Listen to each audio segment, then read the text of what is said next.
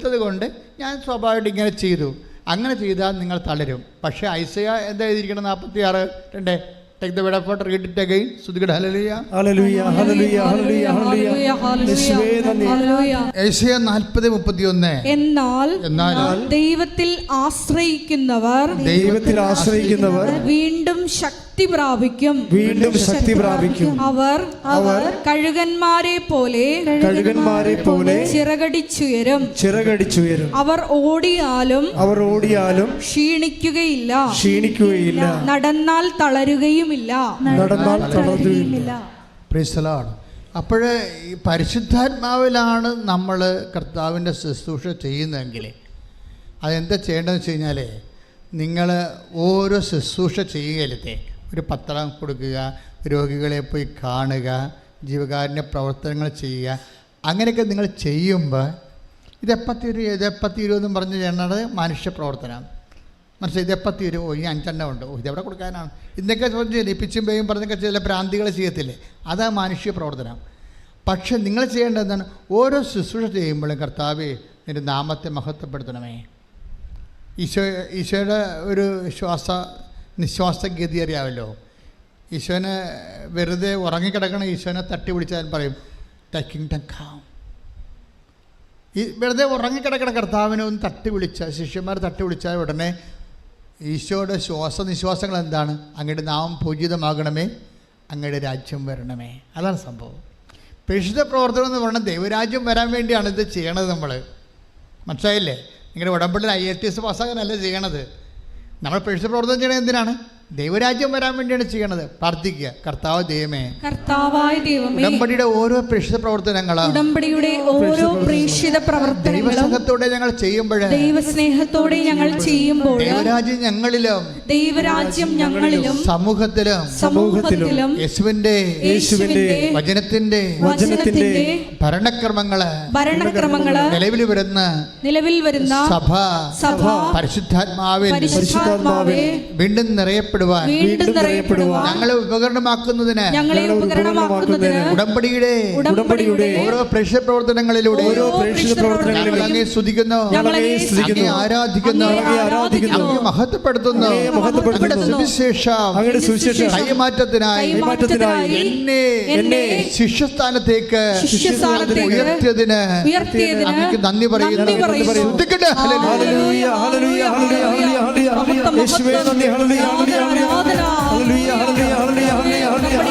ഞങ്ങളെ പങ്കാളികളാക്കിയതിന് നന്ദി പറയുന്നു. ദൈവരാജ്യത്തിന്റെ ശുശ്രൂഷകരായി ഞങ്ങളെ ഉയർത്തിയതിന് നന്ദി പറയുന്നു. ഹല്ലേലൂയ. മഹത്വം തളർന്നു പോകാതെ ബലം ധരിച്ചോടുവാ, കഴുകനെ പോലെ ചിറകടിച്ചുയരാ, തളർന്നു പോകാതെ ബലം ധരിച്ചോടുവാ, കാത്തിരിക്കുന്നിതാ ഞാനും യഹോവേ, ശക്തിയെ പുതുക്കുവാൻ എൻ്റെ ഉള്ളിൽ വാ, കാത്തിരിക്കുന്നിതാ ഞാനും യഹോവേ, ശക്തിയെ പുതുക്കുവാൻ എൻ്റെ ഉള്ളിൽ വാ. മഴ പോലെ പെയ്തിറങ്ങി വാ, മഴ പോലെ പെയ്തിറങ്ങി വാ, മഴ പോലെ പെയ്തിറങ്ങി വാ, മഴ പോലെ പെയ്തിറങ്ങി വാ. ആത്മശക്തിയെ ഇറങ്ങി എന്നിൽ വാ, ഇറങ്ങി എന്നിൽ വാ, മഴ പോലെ പെയ്തിറങ്ങി വാ, മഴ പോലെ പെയ്തിറങ്ങി വാ. സ്വർഗീയ തീയ ഇറങ്ങി എന്നിൽ വാ, ഇറങ്ങി എന്നിൽ വാ, മഴ പോലെ പെയ്തിറങ്ങി വാ, മഴ പോലെ പെയ്തിറങ്ങി വാ. പരിശുദ്ധ പരമദിവ്യകാരുണ്യത്തിന് ആരാധനയും സ്തുതിയും പുകഴ്ചയും ഉണ്ടായിരിക്കട്ടെ. അപ്പോൾ ഓരോ പ്രേക്ഷിത വേല ചെയ്യുമ്പോഴും നിങ്ങൾ ചെയ്യേണ്ടത് പരിശുദ്ധാത്മാവേ എന്നിൽ നിറയണമേ, പരിശുദ്ധാത്മാവേ എന്നെ അഭിഷേകം ചെയ്യണമേ, പരിശുദ്ധാത്മാവേ എന്നെ സ്വർഗത്തിൻ്റെ ഉപകരണമാക്കണമേ. ഒന്ന് പറഞ്ഞേ, പരിശുദ്ധാത്മാവേ എന്നിൽ നിറയണമേ. പരിശുദ്ധാത്മാവേ എന്നിൽ നിറയണമേ. പരിശുദ്ധാത്മാവിനെ അഭിഷേകം ചെയ്യണമേ. പരിശുദ്ധാത്മാവേ എന്നെ അഭിഷേകം ചെയ്യണമേ. പരിശുദ്ധാത്മാവിനെ സ്വർഗത്തിൻ്റെ ഉപകരണമാക്കണമേ. പരിശുദ്ധാത്മാവേ എന്നെ സ്വർഗത്തിന്റെ ഉപകരണമാക്കണമേ. ദൈവരാജ്യത്തിന്റെ വ്യാപനത്തിനായി എന്നെ ഉപയോഗിക്കണമേ. ദൈവരാജ്യത്തിന്റെ വ്യാപനത്തിനായി ദൈവമഹത്വത്തിനായി എന്നെ ഉപയോഗിക്കണമേ. ഹല്ലേലൂയ ഹല്ലേലൂയ ഹല്ലേലൂയ ഹല്ലേലൂയ യേശുവേ നന്ദി. ഹല്ലേലൂയ ഹല്ലേലൂയ ഹല്ലേലൂയ ഹല്ലേലൂയ യേശുവേ നന്ദി. യേശുവേ ആരാധന. ഹല്ലേലൂയ. ശക്തിയേ ഇറങ്ങി എന്നിൽ വാ, ഇറങ്ങി എന്നിൽ വാ. മഴ പോലെ പെയ്തിറങ്ങി വാ, മഴ പോലെ പെയ്തിറങ്ങി വാ. സ്വർഗീയത്തിയേ ഇറങ്ങി എന്നിൽ വാ, ഇറങ്ങി എന്നിൽ വാ. മഴ പോലെ പെയ്തിറങ്ങി വാ, മഴ പോലെ പെയ്തിറങ്ങി വാ. പരമദിവ്യകാരുണ്യത്തിന് ആരാധനയും സ്തുതിയും പുകഴ്ചയും ഉണ്ടായിരിക്കട്ടെ. സാധാരണ ഒരു ഫംഗ്ഷൻ അല്ലാതെ ഒരു മിഷനായിട്ട് ചെയ്യണം. അപ്പോഴാണ് ദൈവകൃപ നമ്മളിലേക്ക് വരുന്നത്. സാധാരണ എന്താ കാരണത്തിൽ ഉടമ്പടി ഓരോ സാക്ഷ്യങ്ങൾ കേൾക്കുമ്പോൾ നിങ്ങൾക്ക് മനസ്സിലാവത്തില്ലേ അത് എന്തുമാത്രം സത്യമാണെന്ന്. ഇപ്പോൾ കഴിഞ്ഞ ദിവസത്തെ ഒരു സാക്ഷ്യം എന്താണ്? അമ്മിണി ശ്രീധരൻ്റെ സാക്ഷ്യം നിങ്ങൾ കേട്ടില്ലേ? അത് അമ്മിണി ശ്രീധരൻ്റെ സാക്ഷ്യം. അമ്മിണി ശ്രീധരൻ്റെ പ്രശ്നം എന്താ? തൊടുപുഴ. എന്താ അവരുടെ പ്രശ്നം? അവർക്ക് ഒരു വസ്തു വിറ്റ് മാറിയാൽ മാത്രമേ സർവൈവ് ഉള്ളൂ, നിലനിൽക്കാൻ പറ്റത്തുള്ളൂ. അപ്പോൾ അവർക്ക് കൃപാസനം പത്രം കിട്ടിയ സമയം തൊട്ട് തന്നെ അവരുടെ മനസ്സിലൊരു ആന്തിപ്പുണ്ട്, ഒരു ആകർഷണം. എന്താണ്? എത്രയും വേഗം അമ്മയെ വന്ന് കാണണം. എനിക്ക് കണ്ട. അപ്പോൾ ആരോ കൊടുത്തൊരു കൃപാസനം പത്രമാണ്.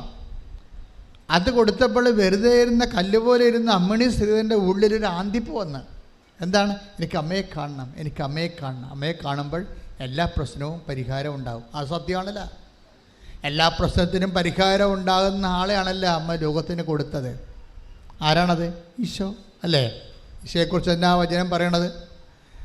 യേശുക്രിസ്തു സകല വാഗ്ദാനങ്ങളും, ഞാൻ എപ്പോഴും മനസ്സിൽ ഓർക്കുന്ന ഉടമ്പടിയുടെ ആണി വചനമാണ്. എന്താണ് സകല വാഗ്ദാനങ്ങൾ? ഏറ്റു പറഞ്ഞേ, സകല വാഗ്ദാനങ്ങളും ക്രിസ്തുവിൽ അതേ എന്ന് തന്നെ.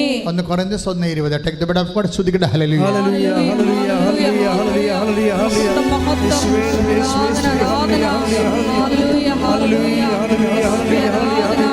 യേശുവേ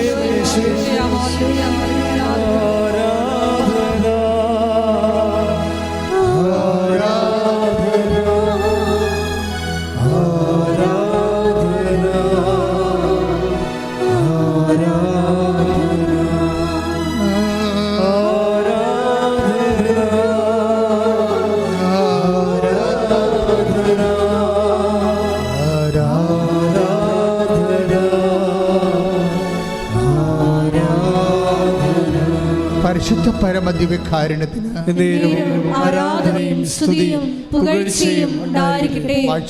2 കൊരിന്തോസ് 1:20. ദൈവത്തിന്റെ സകല വാഗ്ദാനങ്ങളും ദൈവത്തിന്റെ സകല വാഗ്ദാനങ്ങളും ക്രിസ്തുവിൽ അതേ എന്ന് തന്നെ. അപ്പോൾ സകല വാഗ്ദാനങ്ങളുമാണ് മനുഷ്യന് ഈ ഫിസിക്കാലിറ്റി മെയിൻറ്റെയിൻ ചെയ്യാൻ, അവൻ്റെ സ്പിരിച്വാലിറ്റി അലൗകികമായ ആവശ്യങ്ങളെ അഭിമുഖീകരിക്കാൻ, അവൻ്റെ സ്പിരിച്വാലിറ്റി മെയിൻറ്റെയിൻ ചെയ്യാൻ ദൈവത്തിൻ്റെ സംവിധാനത്തിൻ്റെയും പദ്ധതിയുടെയും പേരാണ് ക്രിസ്തു. അതുകൊണ്ട് ക്രിസ്തുവിൽ എന്താ സംഭവിച്ചിരിക്കുന്നത്? 2 കൊരിന്ത്യർ 1:20 എന്താ പറയണത്?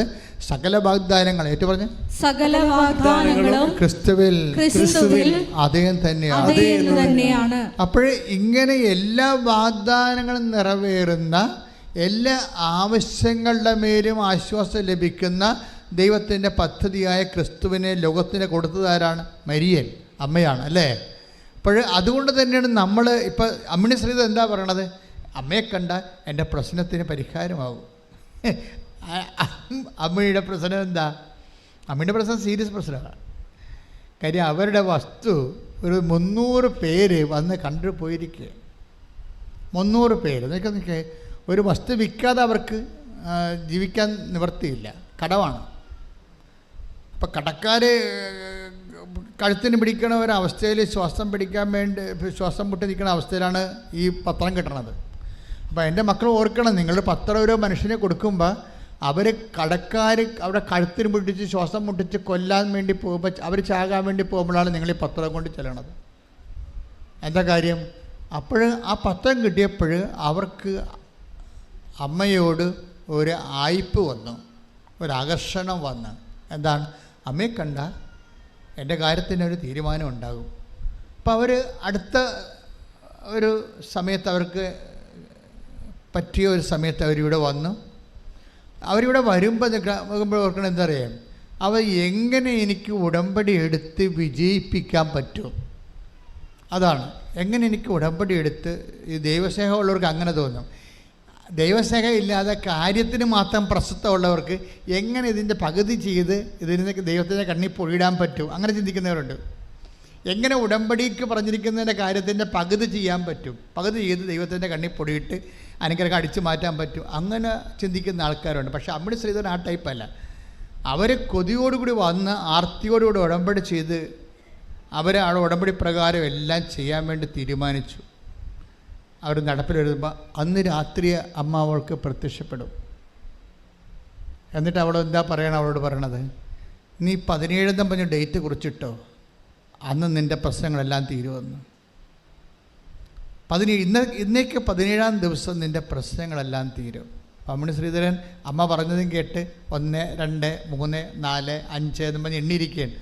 17-ാം ദിവസം ഈ 300 പേര് വന്നിട്ട് എടുക്കാണ്ട് പോയ സ്ഥലം 17-ാം ദിവസം ഒരു മനുഷ്യൻ വന്ന് അഡ്വാൻസ് കൊടുത്ത് ആ സ്ഥലം എടുത്തുകൊണ്ട് പോയി. ശ്രുതികട്ടെ, ശ്രുതികട്ടെ. ഹല്ലേലൂയ. സമയബന്ധിതമായി ഞങ്ങളുടെ വിഷയങ്ങളുടെ മേൽ ഇടപെടുന്ന കാരുണ്യത്തിന് നന്ദി പറയുന്നു. മഹത്വം, ആരാധന, ആരാധന, ആരാധന. ഇത്രയും സത്യം, ക്രിസ്റ്റൽ ക്ലിയർ, പകൽ പോലെ വെളിച്ചത്തോടാണ് ഉടമ്പടി നിൽക്കുന്നത്. അപ്പോൾ സ്വാഭാവികമായിട്ടും നിങ്ങൾ അതിൻ്റെ അടുത്ത് പിന്നെ ഉടായ്പ് കാണിക്കരുത്. അപ്പോൾ നിങ്ങൾ ഫ്രോഡായിട്ട് ബ്രാൻഡഡ് ആവും. ഇത്രയും സത്യസന്ധമായിട്ട് ദൈവം ചെയ്യുമ്പോൾ നമ്മൾ അതിനേക്കാൾ സത്യമായിട്ട് ആണ് ശുശ്രൂഷ ഏർപ്പെടുന്നത്. അല്ലാതെ നിങ്ങളതിങ്ങനെ കുറച്ച് ചെയ്യാൻ പറ്റും, അല്ലെങ്കിൽ പപ്പായെ കൊണ്ട് എന്ത് ചെയ്യിപ്പിക്കാൻ പറ്റും, മമ്മിയെ കൊണ്ട് എന്ത് ചെയ്യിപ്പിക്കാൻ പറ്റും, ഞാനെന്ത് ചെയ്യാൻ പറ്റും, അങ്ങനെ എങ്ങനെയെങ്കിലും പകർത്ത് കൊടുക്കാൻ പറ്റുമോ, പകർച്ച കൊടുക്കാൻ പറ്റുമോ? സുവിശേഷ വേലയെ ദൈവസ്നേഹം ഇല്ലാത്തപ്പോഴാണ് നമുക്കിതുപോലെ മറ്റുള്ളവരെ കൊണ്ട് ചെയ്യിക്കാൻ പറ്റുമോ എന്ന്. അപ്പം നിങ്ങളുടെ പ്രോബ്ലം എന്താണ്? You have no love of God. കർത്താവിൻ്റെ അസസ്മെൻ്റ് എന്താണ്? 5:42 എടുത്ത് യോഹന്നാന്റെ സുവിശേഷം. ശ്രുതികട. ഹല്ലേലൂയ, ഹല്ലേലൂയ, ഹല്ലേലൂയ, ഹല്ലേലൂയ. മഹത്വം, മഹത്വം, യേശുവേ, ആരാധന, ആരാധന. ഹല്ലേലൂയ, ഹല്ലേലൂയ, ഹല്ലേലൂയ, ഹല്ലേലൂയ, ഹല്ലേലൂയ. യേശുവേ സ്തുതി. ഹല്ലേലൂയ. യോഹന്നാൻ 5:42. യോഹന്നാൻ 5:42. എനിക്ക് നിങ്ങളെ അറിയാം. ഒന്ന് പറഞ്ഞേ, എനിക്ക് നിങ്ങളെ അറിയാം. എനിക്ക് നിങ്ങളെ അറിയാം. നിങ്ങളിൽ ദൈവസ്നേഹമില്ല. നിങ്ങളിൽ ദൈവസ്നേഹമില്ല. ഇത് ദൈവത്തിൻ്റെ മുമ്പിൽ നിന്ന് കേട്ടാൽ തീർന്ന പരിപാടി, നമ്മുടെ പരിപാടി പൊട്ടി. എന്താ? ഇത് ദൈവത്തിൽ നിന്ന് നിങ്ങളെക്കുറിച്ചൊരു അസസ്മെൻറ്റ് കിട്ടാൽ, I know you have no love of God. വേറെ ഒന്ന് പറഞ്ഞില്ലെങ്കിൽ നിങ്ങൾ ശപിക്കപ്പെട്ടവരാണ്, ആനകൂലൊന്നും ദൈവം പറയത്തില്ല. പക്ഷെ ദൈവം പറയുന്നത് എന്താണ്? I know you have no love of God. ദൈവം നമ്മൾ അസസ് ചെയ്യണം. എങ്ങനെയാണ്? നിങ്ങൾ ഈ ഉടമ്പടി സാമട്ടിലെ വാദപ്പനിക്കാരെ പോലെ ഈ പനി വന്ന ആൾക്കാർ ഭക്ഷണം കഴിക്കണം മടുപ്പായിട്ട് കഴിക്കത്തില്ലേ പനി വന്ന ആൾക്കാർ? അതുപോലെ നിങ്ങൾ മടുപ്പായിട്ടാണ് പ്രേക്ഷിത പ്രവർത്തനം ചെയ്യണമെങ്കിൽ നിങ്ങൾക്ക് പനിയാണ്, ആത്മാവിന് പനിയാണ്. അത് ക്ലിയർ അല്ലേ? പനി വന്നിരുന്ന ആൾക്കാർ ഭക്ഷണം കഴിക്കണം മടുത്തല്ലേ? അതുപോലെ പ്രേക്ഷിത പ്രവർത്തനം, രോഗികളെ പോയി കാണണം, അതുപോലെ തന്നെ വസ്ത്രമില്ലാത്തവർക്ക് വസ്ത്രം കൊടുക്കണം, അതുപോലെ തന്നെ നമ്മൾ ചെയ്യുന്ന ജീവകാരുണ്യ സുവിശേഷ പ്രവർത്തനങ്ങൾ. ചില ആൾക്കാർ യൂട്യൂബിൽ സുവിശേഷം കാണും, പക്ഷെ ഷെയർ ചെയ്യത്തില്ല. അകപ്പാടെ ഈ ഒരു വിരൽ കൊണ്ടൊന്ന് നിൽക്കിയാൽ മതി, ചെയ്യത്തില്ല. അത് ചെയ്യാത്തത് എന്താണ്? അവർക്ക് ചെയ്യാൻ കഴിയാഞ്ഞിട്ടല്ല. I know you have no love of God. ദൈവസ്നേഹമില്ല. എന്തുകൊണ്ടാണ് യൂട്യൂബ് നിങ്ങൾ ഷെയർ ചെയ്യാത്തത്? എന്തുകൊണ്ടാണ് സബ്സ്ക്രിപ്ഷൻ ഇപ്പോഴും നിങ്ങൾ സബ്സ്ക്രൈബ് അത് നോക്കാത്തത്? എന്തുകൊണ്ടാണ് സാക്ഷ്യം ഷെയർ ചെയ്യാത്തത്? കർത്താവിന് മറ്റുള്ളവർ അറിയണമെന്ന് നീ ആഗ്രഹിക്കുന്നില്ല. എന്തുകൊണ്ടാണ് നീ ആഗ്രഹിക്കാത്തത്? ഈശോനെ മറ്റുള്ളവർ അറിയണമെന്ന് നീ ആഗ്രഹിക്കാത്തത് എന്തുകൊണ്ടാണ്? I know you have no love of God. എനിക്ക് നിന്നെ അറിയാം. 5:42 take the bed of God take. Yohannan 5:42. ഏറ്റു പറഞ്ഞ യോഹന്നാൻ 5:42. എനിക്ക് നിങ്ങളെ അറിയാം, നിങ്ങളിൽ ദൈവസ്നേഹമില്ല. എൻ്റെ മക്കളെ, ഈ സുവിശേഷ വേലയുടെ തീയെന്ന് പറയണത് ദൈവസ്നേഹമാണ്. അപ്പോൾ ഇതിനില്ലെങ്കിൽ എന്താണ് ചെയ്യാൻ പറ്റണത്? ഇതില്ല. ചില സമയത്ത് വിശ്വാസമില്ലാതെ വരും. ഇപ്പം ദൈവത്തിൻ്റെ സ്വഭാവം അറിയാവില്ല. വിശ്വാസമില്ലെങ്കിൽ നിങ്ങൾ ഏത് എമ്പ്രാൻകുടിയാണെന്ന് പറഞ്ഞാലും വിശ്വാസം ഇല്ലെന്ന് തന്നെ ദൈവം പറയും. അതിപ്പോൾ ബിഷപ്പായാലും പോപ്പായാലും സ്നാപയോഹന്നാനോട് പോലും പറഞ്ഞില്ലേ നിങ്ങൾക്ക് വിശ്വാസം ഇല്ലെന്ന്? സ്നാപയോഹന്നാനോട് പോലും ദൈവം ഈശോ പറഞ്ഞു യു ഹാവ് നോ ഫെയ്ത്ത് എന്ന് പറഞ്ഞ്. ബൈബിൾ അത് മറച്ചു വെച്ചിരിക്കണത്. ബൈബിളിൽ ഇത് ഒക്കൾട്ട് വേടെന്ന് പറയും. നിഗൂഢ വചനമായിട്ട് സ്നാപയോഹന്നാനോട് ഈശോ പറഞ്ഞു you have no faith at all എന്നാ പറഞ്ഞത്. അതെങ്ങനെ? അത് ബൈബിൾ ഇങ്ങനെ മറച്ചു വെച്ചിരിക്കുകയാണ്. കാര്യം എന്താ? ഈ സ്നാപയോഹന്നാന്റെ ശിഷ്യന്മാരാണല്ലോ ഈ സംഭവം എഴുതി വെച്ചിരിക്കുന്നത്. അപ്പോൾ അവരത് ടാക്ടിക്സിലായിട്ടൊരു ഒക്കൽട്ടാക്കി കളഞ്ഞിരിക്കുകയാണ്. എന്താ ഈശോ പറഞ്ഞത്? നിങ്ങൾ എന്ത് കാണാനാണ് മരുഭൂമിയിലേക്ക് പോയത്? കാറ്റത്താടുന്ന ഞാങ്കണയോ? പിന്നെ നിങ്ങൾ എന്ത് കാണാൻ പോയി? അപ്പോഴ് മൃദുല വസ്ത്രം ധരിച്ചവരെയോ? അവർ രാജകൊട്ടാരങ്ങളിലാണ് താമസിക്കുന്നത്. പിന്നെ നിങ്ങൾ എന്ത് കാണാൻ പോയി? പ്രവാചകനെയോ? ഞാൻ പറയുന്നു പ്രവാചകനേക്കാൾ വലിയവനെന്ന്. പ്രവാചകനേക്കാൾ വലിയവനെന്ന് പറയുമ്പോഴും അടുത്ത വചനമുണ്ട്. 11:11 take the word of God. മത്തായിയുടെ സുവിശേഷം 11:11. സത്യമായി ഞാൻ നിങ്ങളോട് പറയുന്നു, സത്യമായി ഞാൻ നിങ്ങളോട് പറയുന്നു, സ്ത്രീകളിൽ നിന്ന് ജനിച്ചവരിൽ സ്നാപയോഹന്നാനേക്കാൾ വലിയവനില്ല. എങ്കിലും സ്വർഗരാജ്യത്തിലെ ഏറ്റവും ചെറിയവൻ അവനേക്കാൾ വലിയവനാണ്. മനസ്സിലായി? ഇത് എന്താ സംഭവം? കേൾക്കുമ്പോൾ നമ്മൾ ഓർക്കും ഭയങ്കര സൂപ്പർ പോസിറ്റീവാണെന്ന്. ഇത് ബ്ലാക്ക് നെഗറ്റീവാണ്. ഈ വേർഡ് ഓഫ് ഗോഡ് ബ്ലാക്ക് നെഗറ്റീവാണ്. എന്നിട്ട് സ്നാപയോഹന്നാനെ കുറിച്ച് എന്താ കമൻറ്റ് ചെയ്തിരിക്കണത് ഈശോ? ഇത് എപ്പോഴാണ് ഈ കമൻസ് വരണത്? സ്ത്രീകളിൽ നിന്ന് ജനിച്ചവരിൽ പറഞ്ഞേ, സ്ത്രീകളിൽ നിന്ന് ജനിച്ചവരിൽ സ്നാപയോഹന്നാനേക്കാൾ വലിയവനില്ല. അപ്പോൾ എവിടെയാണ് ഇത് ഈശോ ഈ കണക്ട് ചെയ്യണത്? ദൈവരാജ്യത്ത്. 11:11 വായിച്ചേ. മത്തായി 11:11. എങ്കിലും സ്വർഗരാജ്യത്തിലെ ഏറ്റവും ചെറിയവൻ അവനേക്കാൾ വലിയവനാണ്. അപ്പൊ ഈ സ്വർഗരാജ്യത്തിലെ ഏറ്റവും ചെറിയവനില്ലേ, അവൻ ആരാണ്? അവൻ സ്നാപയോഹന്നാനേക്കാൾ വലിയവനാണ്. അപ്പൊ ഈ സ്വർഗരാജ്യത്തിലെ ചെറിയവൻ ആരാ? ഇങ്ങനെയാണ് സ്വർഗരാജ്യത്തിൽ ചെറിയവൻ ആരാണ്? വിശ്വസിക്കുക വഴിയാണ് ദൈവരാജ്യത്തിൽ ഒരാൾ പ്രവേശിക്കണത്. മർക്കോസിന്റെ 1:15 എടുത്ത് ശ്രദ്ധിക്കട്ടെ. ഹല്ലേലൂയ.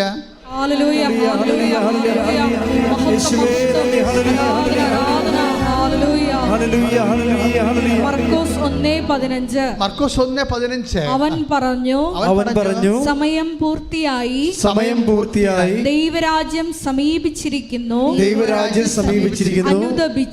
അനുദപിച്ച് സുവിശേഷത്തിൽ വിശ്വസിക്കുവിൻ.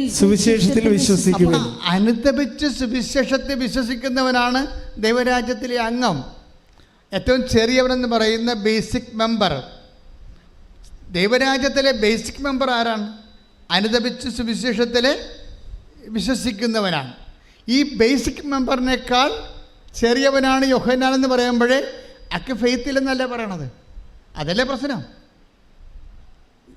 അതായത് മർക്കോസിൻ്റെ 1:15 അനുസരിച്ച് അനുദപിച്ച് സുവിശേഷത്തെ വിശ്വസിക്കുന്നവരാണ് ദൈവരാജ്യത്തിലെ ബേസിക് മെമ്പർ. ഈ ബേസിക് മെമ്പറിനേക്കാൾ ചെറിയവനാണ് സ്നാപയോഹന്നാനെന്ന് മത്തായി 11:11 പറയുമ്പോൾ അതിൻ്റെ അർത്ഥം സ്നാപയോഹന്നാന് സാധാരണ മനുഷ്യരെക്കാൾ വിശ്വാസം കുറവാണെന്നാണ്. എന്തുകൊണ്ടാണ് അങ്ങനെ സംഭവിച്ചത്? വരാതിരിക്കുന്നവൻ നീയാണോ എന്നൊരു ചോദ്യം ചോദിച്ചിട്ടാണ്. വരാതിരിക്കുന്നവൻ നീയാണോ? അതോ ഞങ്ങൾ വേറെ ആരെങ്കിലും പ്രതീക്ഷിക്കണമോ? അല്ലേ? ആ ചോദ്യം ഒരിക്കലും ചോദിക്കാൻ പറ്റാത്തതായിരുന്നു.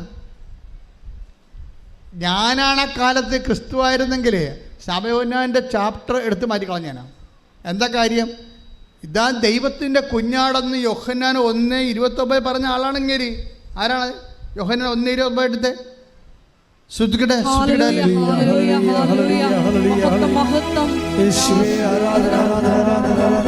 യോഹന്നാൻ 1:29. അടുത്ത ദിവസം യേശു തന്റെ അടുത്തേക്ക് വരുന്നത് കണ്ട് അവൻ പറഞ്ഞു, ഇതാ ലോകത്തിന്റെ പാപം നീക്കുന്ന ദൈവത്തിന്റെ കുഞ്ഞാട്. അപ്പൊ ഒരു കാലത്ത് ക്രിസ്തുവിനെ ഏറ്റുപറഞ്ഞ ആളാണ്. എന്തെന്ന് പറഞ്ഞ്? ലോകത്തിന്റെ പാപം നീക്കുന്ന ദൈവത്തിന്റെ കുഞ്ഞാടാണ്. ഈ ആളാണ് ജയിലിൽ കിടന്നപ്പോൾ കട്ടയമ്പടവും മാറിയത്. ജയിലിൽ ഹെറോദീസ് പിടിച്ച് ജയിലിലിട്ടില്ലേ? ആ മുട്ടകടി കൊണ്ട് ഭക്ഷണ സമയത്ത് കിട്ടിയില്ലല്ലോ. മുട്ടകടി കൊള്ളുമ്പോഴും ഭക്ഷണ സമയത്ത് കിട്ടിയില്ലെങ്കിൽ നിനക്കെന്ത് വിശ്വാസമുണ്ട്? അതാണ് വിശ്വാസം എന്ന് പറയണത്. അല്ലാതെ 3 സമയത്ത് ആഹാരം കഴിച്ച് നിൻ്റെ കാര്യങ്ങളെല്ലാം ഭംഗിയായിട്ട് നടക്കുമ്പോൾ നീ യേശു ആനകൂനെ യേശുവെ സ്വസ്ഥം എന്നൊക്കെ പറഞ്ഞാൽ കർത്താവ് പറയും ഇത് സൂത്രമാണെന്ന് പറയും. എന്താണ്? നിന്നെ തൊട്ട് കഴിയുമ്പോൾ നീ യഥാർത്ഥത്തിൽ ആരാണെന്ന് വെളിപ്പെടുത്തും. എൻ്റെ ദൈവ പൈതലെ I know you have no faith of God, you have no love of God. എനിക്ക് നിങ്ങളെ അറിയാം. ഇപ്പം 4:12 യോഹന്നാൻ നമ്മൾ വായിക്കുമ്പോൾ എനിക്ക് നിങ്ങളെ അറിയാം, നിങ്ങൾക്ക് ദൈവസ്നേഹം ഇല്ല എന്ന് പറഞ്ഞ പോലെ തന്നെയാണ് ഇപ്പോൾ യോഹന്നാനെ കുറിച്ച് പറയണത്. I know you, you have no faith at all. നിനക്ക് വിശ്വാസമില്ല. അത് യോഹന്നാൻ്റെ മുഖത്ത് നോക്കിപ്പോലും അങ്ങനെ പറഞ്ഞെങ്കിലേ നമുക്കൊരു വിശ്വാസരാഹിത്യം നമ്മൾ കാണിച്ചാൽ പ്രേക്ഷിത പ്രവർത്തനങ്ങൾക്കോ ജീവകാരുണ്യ പ്രവർത്തനങ്ങൾക്കോ ശുഷ്കാന്തി കുറഞ്ഞിട്ട് എങ്ങനെയെങ്കിലും ഒപ്പിച്ചെടുത്തു കഴിഞ്ഞാൽ കർത്താവിൻ്റെ വിരല് നമ്മുടെ നേരെ ചൂണ്ടും. I know you, you have no faith at all. നിനക്ക് വിശ്വാസമില്ല. I know you, you have no love of God. നിനക്ക് ദൈവസ്നേഹമില്ല. പ്രാർത്ഥിക്കുക, കർത്താവ് ദൈവമേ. യോഹന്നാന്റെ മാന്താനയുടെ മേലും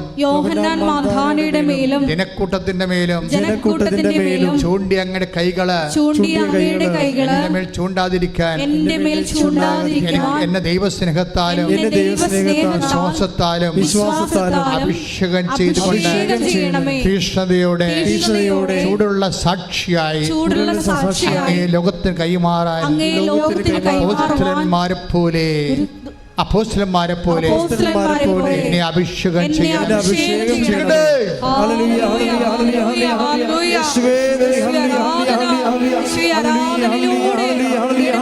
ചൈതന്യം ഞങ്ങളിൽ നിറയ്ക്കണമേ എന്ന് പ്രാർത്ഥിക്കുന്നു.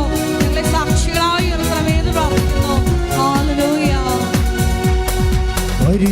പരിശുദ്ധാത്മാവേ ശക്തി പകർന്നിടണേ. പരിശുദ്ധാത്മാവേ ശക്തി പകർന്നിടണേ. അവിടുത്തെ ഭയമങ്ങൾക്ക് ആവശ്യമെന്ന് കർത്താവേ നീ അറിയുന്നു.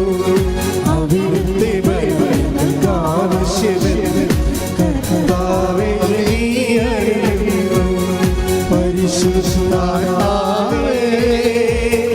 ശക്തി പകർന്നിടണേ. കൃപകളും വരങ്ങളും ജ്വലിച്ചിടുവാൻ ഞങ്ങൾ വചനത്തിൽ വേരൂന്നി വളർന്നിടുവാൻ. കൃപകളും വരങ്ങളും ജ്വലിച്ചിടുവാൻ ഞങ്ങൾ വചനത്തിൽ വേരൂന്നി വളർന്നിടുവാൻ. വിൺമഴയെ വീണ്ടും അയക്കണമേ, ജനമുണർന്നിടുവാൻ. വിൺമഴയെ വീണ്ടും അയക്കണമേ, ജനമുണർന്നിടുവാൻ. പരിശുദ്ധാത്മാവേ ശക്തി പകർന്നിടണേ. പരിശുദ്ധാത്മാവേ ശക്തി പകർന്നിടണേ. പരിശുദ്ധ പരമദിവ്യകാരുണ്യത്തിന് അപ്പോൾ എൻ്റെ മക്കൾ ചിന്തിക്കേണ്ടത് എന്ത് നിങ്ങൾ ചെയ്യുന്നുവെന്നല്ല. ചില ആൾക്കാർ ഉടമ്പടി ചെയ്ത് കഴിയുമ്പോൾ പിറ്റേ ദിവസം തന്നെ എല്ലാം ചെയ്ത് കളയും. 2-3 ദിവസത്തിനുള്ളിൽ ഇതിന് ഉടമ്പടിയുടെ എല്ലാ പരിപാടിയും ചെയ്ത് മാറ്റും. അത് യാന്ത്രികമായിട്ട് ചെയ്ത് മാറ്റുകയാണ്. എന്താ കാര്യം? ആ ഉത്തരവാദിത്തം കഴിഞ്ഞല്ല. ആ ഉത്തരവാദിത്തം കഴിഞ്ഞു വെക്കരുത്. ഉടമ്പടി ഉത്തരവാദിത്വം എന്ന് പറയണത് ദൈവസ്നേഹത്താലാണ് നീ ചെയ്യണമെന്ന് ആദ്യം ഒരു ഇൻട്രോസ്പെക്ഷൻ നടത്തണം. ദൈവസ്നേഹത്തിലാണ് ചെയ്യണത്, ദൈവവിശ്വാസത്തിലാണ് ചെയ്യണത്. കാര്യം എന്താ വെച്ചാൽ ദൈവത്തിനെ സംബന്ധിച്ചിടത്തോളം നമുക്ക് ദൈവസ്നേഹമില്ലെങ്കിൽ you will be branded as an unbeliever. കർത്താവിൻ്റെ ഒരു രീതി എന്ന് പറയണത് നിങ്ങൾ എന്താണ് അത് ഇന്നല്ലെങ്കിൽ നാളെ ഈശോ അത് പറഞ്ഞിരിക്കും. 2000 കൊല്ലം കഴിഞ്ഞാലും പറയും. നിങ്ങൾ എന്താണ് അതെന്താണെന്നുള്ളത് ഈശോ പറയും. ഈശോയുടെ ഒരു രീതി അതാണ്. ദൈവം സത്യമായതുകൊണ്ട് അഡ്ജസ്റ്റ്മെൻ്റ് ഒന്നുമില്ല. അയ്യോ നമ്മുടെ ആളാണല്ല, കുറേ നാൾ നമ്മൾ ദൈവം എന്നെ വിളിച്ച് നടന്നതല്ലേ, അപ്പോൾ ഒരു കോംപ്രമൈസ് ചെയ്തേക്കാനോ. യാക്കോബിനോട് കാണിക്കാത്ത കോംപ്രമൈസ് ദൈവം നമ്മോട് കാണിക്കുക ഇല്ലേ? യാക്കോബിനെ നാഥാനിയേൽ എന്താ ഒരു, അതായത് 1:47 യോഹന്നാൻ 1:47 ശ്രുതികട യോഹന്നാൻ 1:47 നഥാനിയേൽ തന്റെ അടുത്തേക്ക് വരുന്നത് കണ്ട് യേശു അവനെ പറ്റി പറഞ്ഞു. അവനെക്കുറിച്ച് പറഞ്ഞു, ഇതാ നിഷ്കപടനായ ഒരു യഥാർത്ഥ ഇസ്രായേൽക്കാരൻ. അപ്പം നാഥാനിയനോട് പറയണേ, നാഥാനെ കണ്ടപ്പോഴും പറഞ്ഞതാണ്, ഇതാ നിഷ്കപടനായ ഒരു യഥാർത്ഥ ഇസ്രായേൽക്കാരൻ. എന്തുകൊണ്ടാണ് നാഥാനിയൻ ആ ബ്രാൻഡ് ചെയ്തത്? അവൻ നിഷ്കളങ്കനാണെന്ന് പറയാൻ കാര്യം എന്താണ്? കളങ്കിതനായ ഒരു ഇസ്രായേൽക്കാരൻ ഉണ്ടായിരുന്നു. ആരാണ്? യാക്കോബ് കളങ്കിതനായിരുന്നു. എന്താ കാര്യം? കാപട്യം കാണിച്ചിട്ടാണ്. കളങ്കിതനാണെങ്കിൽ നീയെങ്കിൽ അങ്ങനെ ബ്രാൻഡായി കഴിഞ്ഞാൽ ഇപ്പം ഈ കഥ കർത്താവ് നാഥാനിയനെ കാണുന്നത് എന്നാളാണ്. യാക്കോബ് എന്ന് പറയണത് എബ്രഹാത്തിൻ്റെ മകൻ ഇസഹാക്കിൻ്റെ മകൻ യാക്കോബിന് 2 മക്കൾ. ഇസഹാക്കിന് 2 മക്കൾ, യാക്കോബും യേശാവും ചേട്ടൻ്റെ അപ്പം മരിക്കാൻ നേരത്ത്, അതായത് ഇസഹാക്ക് അതിൻ്റെ പ്രായമായ കാലത്ത് ഇസഹാക്ക് മകനെ, നീയല്ലേ ആദ്യജാതൻ, ഞാൻ നിന്നെ ബ്ലെസ് ചെയ്യാം, അപ്പം ഗോത്രപരമായ ദൈവാനുഗ്രഹം നിനക്ക് കിട്ടും. നീ പോയി കാട്ടിൽ പോയി ഒരു മൃഗത്തെ പിടിച്ച് പാകം ചെയ്ത് കൊണ്ടുപോവാ, ഞാൻ ഭക്ഷിച്ച് സന്തോഷിച്ചിട്ട് നിന്നെ ആശീർവദിക്കാമെന്ന് പറയും. അത് കേട്ട റബേക്ക, യാക്കോബിൻ്റെ അമ്മ, യേശാവിന് അനുഗ്രഹം കിട്ടുമെന്ന് വിചാരിച്ചുകൊണ്ട് യാക്കോബിനെ അനുഗ്രഹം അടിച്ചു മാറ്റാൻ വേണ്ടി യേശാവിൻ്റെ ഉടുപ്പെടുത്തിട്ട് യാക്കോബിനെ ധരിപ്പിക്കും. എന്നിട്ട് വീട്ടിൽ നിന്നിരുന്ന് ആടിനെ കൊന്ന് പെട്ടെന്ന് യേശാവ് വരണമാകുമ്പോൾ തന്നെ യാക്കോബ് യേശാവിൻ്റെ ഉടുപ്പ് വിട്ട് ആടും ആട്ടിറച്ചിയും അതുപോലെ തന്നെ അപ്പവുമായിട്ട് കൊണ്ടുവന്ന് ഈ ഇസഹാക്കിന് മുമ്പിൽ വെക്കും. ഇസഹാക്ക് യാക്കോബിനെ കെട്ടിപ്പിടിക്കുമ്പോൾ യേശാവിൻ്റെ ഉടുപ്പ് മുഴുവൻ രോമവസ്ത്രമല്ലേ. അപ്പോൾ ഇസഹാക്ക് പറയും, ഇത് എൻ്റെ മകൻ യേശാവിൻ്റെ ഉടുപ്പാണിത്, വയലിലെ കർത്താവിൻ്റെ വയലിലെ മണമാണെന്നൊക്കെ പറഞ്ഞിട്ട് ആ മനുഷ്യൻ അന്ധനായിരുന്നു. അതുകൊണ്ടാണ് ഇവനെ പറ്റിച്ചത്. പക്ഷെ പറ്റിച്ച് യാക്കോബ് കഴിഞ്ഞുള്ള അവകാശം വാങ്ങിച്ചെടുത്തെങ്കിലും യാക്കോബ് മരിച്ച് 2000 കൊല്ലം കഴിയുമ്പോഴാണ് ഈശോ വന്നത്. ഈ 2000 കൊല്ലം കഴിഞ്ഞു അന്നത്തെ കാപട്യം ബ്രാൻഡ് ചെയ്യപ്പെടും. അതാണ് നിങ്ങൾ ചിന്തിക്കേണ്ടത്. കർത്താവിൻ്റെ അടുത്തൊക്കെ ഒരു കളി കളിച്ചാൽ തേച്ചാലും വായിച്ചാലും പോകത്തില്ല സാധനം. നാഥാനിയന് വരുമ്പോൾ കർത്താവ് പറയും, ഇതാ ഒരു യഥാർത്ഥ ഇസ്രായേലിൻ. പണ്ടൊരു കള്ളനുണ്ടായിരുന്നെന്ന് യാക്കോബ്. യാക്കോബിൻ്റെ പേര് ഇസ്രായേലൻ തന്നെയാണ്. അതുകൊണ്ട് നാഥാനിയനെ പറയുമ്പോൾ ഇതാ ഒരു യഥാർത്ഥ ഇസ്രായേലിയൻ. ഇവരിന് കളങ്കമൊന്നുമില്ല, ഒരു കളങ്കിതനുണ്ടായിരുന്നെന്ന്. യാക്കോബിൻ്റെ ദൈവം എന്നൊക്കെ പറഞ്ഞ് നാട്ടുകാരെ പ്രാർത്ഥിക്കുന്നുണ്ടെങ്കിലും അവൻ കളങ്കിതനാണെന്നുള്ള കാര്യം കർത്താവ് മറച്ചു വെക്കുന്നില്ല. This is Jesus. നിങ്ങൾ ഉടമ്പടി എടുത്ത് കളങ്കിതരാകരുത്. That's my point. നിങ്ങൾ ഏതെങ്കിലും കണ്ണുകൊണ്ട് ഇരുട്ടുകൊണ്ട് വിട്ടടച്ചിട്ട് ഏതെങ്കിലും പകുതി ചെയ്യാതെ അനുഗ്രഹം അടിച്ചു മാറ്റാവുന്നൊന്നും വിചാരിക്കരുത്. 10 കൊല്ലം 100 കൊല്ലം കഴിഞ്ഞാലും കർത്താവ് പറയും നിങ്ങൾ കളങ്കിതയാണെന്ന് പറയും. എന്തിനാ പ്രാർത്ഥിക്കുക? കർത്താവായ ദൈവമേ, ആത്മാവിലും സത്യത്തിലും അങ്ങയെ ശുശ്രൂഷിക്കുവാൻ എനിക്ക് ദൈവസ്നേഹത്തിന്റെ ദൈവത്തിലുള്ള വിശ്വാസത്തിന്റെ വരം നൽകി അഭിഷേകിക്കണമേ. ശ്രദ്ധിക്കട്ടെ.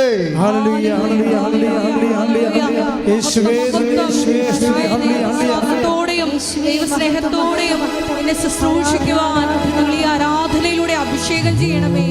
ഹല്ലേലൂയ. സ്നേഹമേ